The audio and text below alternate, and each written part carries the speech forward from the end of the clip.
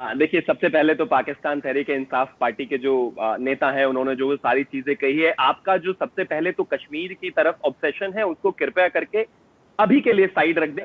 कश्मीर को लेकर भी आप पूरी दुनिया में गए, 370 पर आपके लीडर्स तमाम जगह गए। ओआईसी ने आपने क्या देखा? आपने देखा सऊदी अरेबिया किस तरह से चुप रहा, आपने देखा और भी तमाम तरह की कंट्रीज। देखिए, 1994 में हिंदुस्तान की संसद ने एक रेजोल्यूशन पास किया था नरसिम्हा राव जी की गवर्नमेंट में, कि जो कश्मीर है वो हिंदुस्तान का अभिन्न हिस्सा है। मैं मानता हूं बायलैटरल ये चीज है और आप इसको बार बार कहते हैं कि यूनाइटेड नेशंस हमें जाना चाहिए। सिचुएशन ये है कि हर बॉर्डरिंग स्टेट के साथ कहीं ना कहीं अलग एक तरह का ट्रिप है, उसको बायलैटरली डील होना चाहिए। पाकिस्तान से हिंदुस्तान ने लगातार बात करने की कोशिश की है। आपको याद होगा नवाज शरीफ जी की बेटी की शादी में इस देश के प्रधानमंत्री गए थे।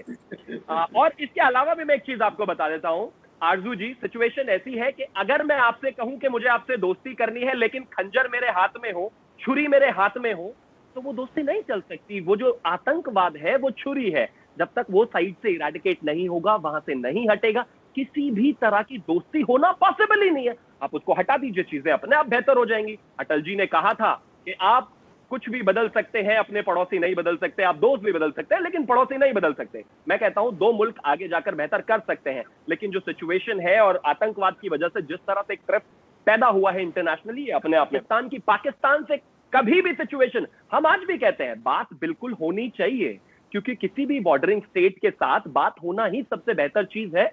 एक भाई के साथ नहीं रहेगा तो किसके साथ रहेगा? लेकिन उसके साथ आरजू जी सबसे जो इंपॉर्टेंट चीज है, जैसा कि मैंने कहा, मैं किसी को भी छुरी रखकर ये नहीं कह सकता कि आप मेरे दोस्त बन जाइए। वो छुरी तो हटानी पड़ेगी। मैं मानता हूं कि कहीं ना कहीं लगातार टाइम एंड अगेन पाकिस्तान से भी ये स्टेटमेंट्स आई हैं कि हाँ, हमें भी आतंकवाद से लड़ना है, हमारे खुद बहुत ज्यादा नुकसान हुए हैं, इतने फौजी मरे, लेकिन ultimately that is the root cause of any problem.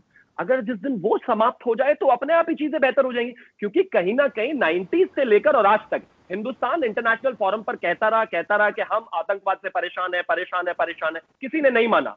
जब 9/11 हुआ तो उनको समझ में आया कि हाँ, आतंकवाद है। पहले वो इसको कट्टरवाद कहते थे। तो मुझे लगता है कि ये एक सबसे बड़ा इशू है जिसको कहीं ना कहीं एड्रेस करना बेहद जरूरी है, क्योंकि जाहिर है हिंदुस्तान भी प्रॉस्पेरिटी चाहता है, पाकिस्तान भी प्रॉस्पेरिटी चाहता है, सब सरकारें इसी के लिए काम करती हैं। अगर हम कलेक्टिवली उस तरह से एक टीवी चैनल पे गई थी त्यागी साहब आपके, तो उधर कोई मुस्लिम आए हुए थे, मुझे उनका नाम इस वक्त याद नहीं है, और वो यही कह रहे थे कि अभी भी इस तरह की मॉब लिंचिंग वगैरह हो रही है। तो आप क्या कहेंगे? आपने बात सुनी है इनकी, चौधरी साहब की? देखिए, हिंदुस्तान एक डेमोक्रेटिक मुल्क है और सवाल जो पूछ रहा है वो मुल्क है जिसने 1956 में अपने आप को इस्लामिक रिपब्लिक ऑफ पाकिस्तान लिख लिया था।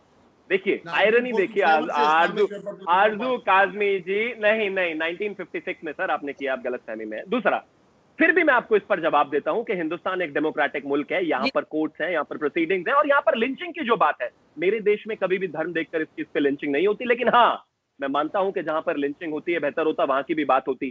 साहब जो है पीटीआई से, वो एक बार कह देते कि पाकिस्तान, सॉरी, चाइना में वीगर मुसलमानों के साथ क्या हो रहा है बहुत अच्छी तरह से जानते हैं, किस तरह से वो परपेट्रेट कर रहे हैं कुरान को, इनको पता है लेकिन बोलेंगे नहीं। और सर बोलिए, आप अपनी देश की जनता को गुमराह तो कर सकते हैं, लेकिन मैं आपको सिर्फ इतना कहना चाहता हूं कि आज नहीं तो कल आपको यह एड्रेस करना पड़ेगा इशू, क्योंकि ये इशू इतना बड़ा है। अगर आज आप इसको एड्रेस नहीं करेंगे ना, तो कल चाइना आप ही के लिए खतरा है। आप जो मुझे डरा रहे हैं और आप जो कह रहे हैं कि मेरा प्रधानमंत्री आप ऐसे बिठा दिए, मेरे वही प्रधानमंत्री है जिसको इस दुनिया के 5 बड़े बड़े इस्लामिक मुल्कों ने अपने अवार्ड से नवाजा है, जिसे हम यहाँ भारत रत्न कहते हैं, और आप कहते हैं कि वो बिल्कुल नहीं जानते। इसके अलावा अगर आप बात करते हैं कि आज नहीं तो कल हिंदुस्तान को परेशानी होगी और खतरा हो सकता है चाइना से, साहब दुनिया की तीसरे नंबर की फौज हम लेकर बैठे हैं। मैं ये नहीं कह रहा हूं कि हम किसी को लड़, ये जो सॉफ्ट पावर आप लगातार हिंदुस्तान को डेंट करने के लिए काम करती थी बॉर्डरिंग स्टेट, अब वो नहीं चल सकता। कहीं ना कहीं आपको ये नीतियां रोकनी ही पड़ेंगी। आप जो कह रहे हैं इस बात से इत्तेफाक कहीं नहीं है। जहां तक लिंचिंग का है, मुझे लगता है चाहे वो मेरा मुल्क हो, चाहे वो आपका मुल्क हो, चाहे वो किसी और का हो, सबके लिए आवाज उठनी चाहिए, बराबर उठनी चाहिए। और अगर किसी भी स्टेट में, किसी भी मुल्क में होता है तो ये गलत है। हिंदुओं के साथ आप ही के मुल्क में क्या होता है पता है? आप ही की पार्टी का एक विधायक आकर बैठा हुआ है, मेरे घर से 10 किलोमीटर दूर ही रहता है, कहता है सर अमृतसर के नाम से आया था, हाथ जोड़कर विनती है, वापस नहीं जाऊंगा, चाहे जान से मार दीजिए। खैर ये इंपॉर्टेंट नहीं है। मैं आपसे एक सवाल है पलटकर जिससे 10 सेकंड में मैं आपसे जवाब चाहूंगा, आप उइगर मुसलमानों के बारे में क्या कहेंगे सर? आप क्यों नहीं बोलते उस पर एक बार भी? मतलब ऐसा क्या सॉफ्ट पॉइंट है, क्या ऐसा टारगेट है जो आप उसके बारे में बात ही नहीं करना चाहते? सारी दुनिया जानती है, सारी दुनिया बात करती है, सिर्फ अकेला पाकिस्तान बात नहीं करता, क्यों? आपने जो कहा ऑपरेशन लीगलाइज कर दिया हमने कश्मीर में, 1946 में जब कबायलियों को बैक करके पाकिस्तान ने आजाद कश्मीर जिसे आप कहते हैं उस पर कब्जा कराया था, उससे पहले मैं आपको बता देता हूं लॉर्ड माउंटबेटन के साथ में एक सामने बैठकर उसकी प्रेजेंस में एक ट्रीटी हुई थी जिसमें हिंदुस्तान को पाकिस्तान को करीब 75 करोड़ रुपए देने थे, 25 करोड़ एडवांस दे चुके थे। बावजूद उसके आपने जिसको आजाद कश्मीर कहते हैं कब्जा कर लिया था हिंदुस्तान ने, फिर भी 55 करोड़ रुपए दिए थे क्योंकि we wanted to get go ahead with the treaty because at least bilateral relationships ऐसे चलने चाहिए। और अब आप कहते हैं कि दुनिया हमारे साथ नहीं खड़ी। मुझे लगता है आप माइक पॉम्पियो का बयान शायद आपने सुना नहीं, जब वो लगातार कह रहे हैं कि चाइना जिस तरह से साउथ सी में लिंक में जाकर कर रहा है ऑपरेशन, हम उसका जवाब देंगे, वहां पर फौज आएगी। शायद आपने ये भी नहीं देखा कि रशिया S-400 ऑलरेडी हिंदुस्तान को दे रहा है, हमारे डिफेंस मिनिस्टर वहां पर गए थे। शायद और भी तमाम तरह की चीजें आप नहीं दे रहे हैं। आपके साथ कौन खड़ा है? जब ये 370 एब्रोगेशन हुआ और 35A एब्रोगेशन हुआ, कौन था आपके साथ? वही रियल टेस्टिंग टाइम था ना, कोई नहीं था। और दूसरा, आपने कहा चाइना, आपको हिंदुस्तान के 20 सिपाही नजर आ रहे हैं, लेकिन सारी दुनिया कह रही है 43 मारे हैं हिंदुस्तान की फौज ने, आपको वो नजर नहीं आ रहा क्योंकि आप उसे सेलेक्टिवली देखना नहीं चाहते। और ये मैं नहीं कह रहा हूं, चाइना कहता है कि एज अ गुड जेस्चर हम अपना नंबर जो है बताना नहीं चाहते। कोरोना हमने फैलाया, हम बताना नहीं चाहते। बॉम्ब आकर गिरे, एयर स्ट्राइक हुई, हम बताना नहीं चाहते। अब हमारे 43 मरे, हम बताना नहीं चाहते। बताना क्यों नहीं चाहते? आप स्टैंड ऑफ करके खड़े हो सामने हमारे, आप और बताना नहीं चाहते नंबर, क्योंकि पता है आपको कि आपके ज्यादा मरे हैं। दूसरी चीज, हिंदुस्तान इस चीज को लेकर अब बड़ा क्लियर कट है कि अगर सीमा विवाद है, हम पीछे नहीं हटने वाले साहब। अगर उनको हमें अपने सीमा में एक लॉजिकल तरीके से सोचिएगा, सीमा में अगर घुसने देना होता तो वहां फौज स्टैंड ऑफ नहीं कर रही होती। वहां क्यों होता स्टैंड ऑफ इतने समय से? वो भी सिर्फ ये भी टसल भी इसलिए क्रिएट हुआ क्योंकि कहीं ना कहीं हमें लगा कि जिस तरह से डिप्लोमेटिक लेवल पर चीजें हल हो रही थी, शायद सिचुएशन जो है आसान होने की तरफ थी, या फिर कहीं ना कहीं यही सेम सिचुएशन 1 महीने पहले अराइज हुई थी, वो भी इसी तरह से डिग्रेड हुई, लेकिन ये नहीं हुई। चलो ठीक है, कहीं ना कहीं चाइना ने धोखा दिया, लेकिन आप चिंता मत कीजिए, आपकी भी घड़ी बहुत ही निकट है। उसने क्या किया है नेपाल के साथ आपके सामने है। उसने क्या किया है आप श्रीलंका के साथ आपने देखा है, हम्बनटोटा पोर्ट उसका पहले से ले चुका है। उसने क्या किया है भूटान के साथ आप बहुत अच्छी तरह से जानते हैं। ज्यादा महंगी दरों पर ब्याज पर पैसा देने के बाद वो मुल्कों के साथ क्या करता है आपके सामने है। मैं कुछ नहीं कह रहा हूं, मैं सिर्फ आपको इतना कह रहा हूं कि हाँ, मेरे स्टेट के अंदर, मेरे देश के अंदर आज एक ऐसे प्रधानमंत्री हैं, आज एक ऐसे व्यक्ति हैं जो अपनी सीमा की सुरक्षा करना बहुत अच्छी तरीके से जानते हैं। मैं मानता हूं एक एक जवान का दुख है, लेकिन हाँ, उनके कितने सर हमने लिए ये भी आपको पता है। आप नहीं मानना चाहते और हंसते रहना चाहते हैं, हंसिए। वी रियली हैड होप कि क्रिकेटर आए हैं तो कहीं ना कहीं चेंज होगा, लेकिन हुआ क्या? Nothing, back to square one, वही सिचुएशन है, कुछ भी चेंज नहीं हुआ। सुन रहा था, कोई बात नहीं, वो आपका पॉइंट ऑफ व्यू है, जो मेरा पॉइंट ऑफ व्यू है सुन लीजिए, आपको नहीं पसंद आएगा इसको। तो सबसे इंपॉर्टेंट चीज ये है कि आपको जब ध्यान रखना चाहिए था आपकी सेना पर सर्जिकल एयर स्ट्राइक के समय, एयर स्ट्राइक के सर्जिकल स्ट्राइक के समय, तब तो आपने रखा नहीं। अब आप गोरखा रेजिमेंट में क्या हो रहा है, इधर पंजाब में क्या हो रहा है, उस पर ज्यादा ध्यान रख रहे हैं। बहरहाल शुभकामनाएं आपको। दूसरा, हमें जो करना है हमने किया।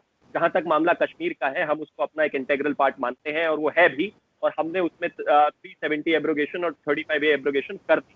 उसके बाद आपको जहां जा जाकर ढोल पीटना था आपने खूब पीटा, क्या हुआ? कुछ नहीं बदला, कुछ भी नहीं बदलने वाला। अब से 100 साल बाद भी आप इसको करते रहिएगा, एक बात। दूसरा, जहां तक चाइना की बात है, हम खड़े हैं उनके सामने छाती ठोक कर। आई नो हमारे साथ जो चीजें हुई हैं वो के सामने है, अंतरराष्ट्रीय स्तर पर आपके लिए बहुत ही फीजिबल चीजें हैं। ये भी एक अलग बात है कि स्ट्रेटेजिकली आपने वो वीगर मुस्लिम्स के ऊपर अभी तक जवाब नहीं दिया, चुपचाप उसको कब गुम कर दिया मुझे पता नहीं चला, बट इट्स ओके।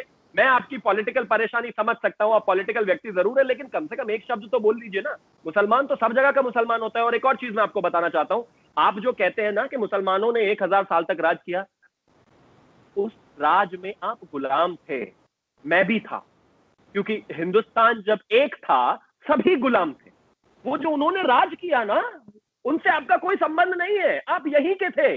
जिसे आप पाकिस्तान कहते हैं, पहले जो हिंदुस्तान का था, आप और आपके दादा परदादा और उनके परदादा, मुझे अपनी 10 जनरेशन का नाम पता है, वो सब यहीं के थे, गुलाम थे। तो कृपया करके जो इस तरह के लोग हैं उनको अल्यूर करना बंद कीजिए। ये आपके लिए भी गलत है, सिर्फ धर्म के नाम पे किसी को बड़ा कर देना, जिसने आपके ऊपर आपको गुलाम बनाकर रखा हो, वो कहां तक सही है? मैं सिर्फ इतना मानता हूं कि चाहे वो हिंदुस्तान हो, चाहे वो पाकिस्तान हो, चाहे कोई और भी जगह, सब धर्म सब जगह रहने चाहिए, सबके अपने अपने इश्यूज जरूर है, कोशिश रहनी चाहिए कि ठीक हो। लेकिन हाँ, इतना जरूर है, एक सबसे बड़ी प्रॉब्लम जो सिर्फ मेरी नहीं है, जो मुदस्सिर ने कहा वही वाली लैंग्वेज बोली जो वेस्टर्न वर्ल्ड कभी मानता नहीं था आतंकवाद को, कि हो सकता है इनकी ये इंटरनल प्रॉब्लम हो हिंदुस्तान की। हमारी इंटरनल प्रॉब्लम कहां हो सकती है सर? कहां कहां तक आपने देखा है? आज तो वेस्टर्न वर्ल्ड भी नहीं बचा हुआ, और कहीं ना कहीं आप ही लोगों को हर कोई अकाउंटेबल ठहराता है। और आपके यहाँ इसलिए नहीं होता क्योंकि मेरे ही घर में अगर चोर है तो चोरी थोड़ी होगी सर।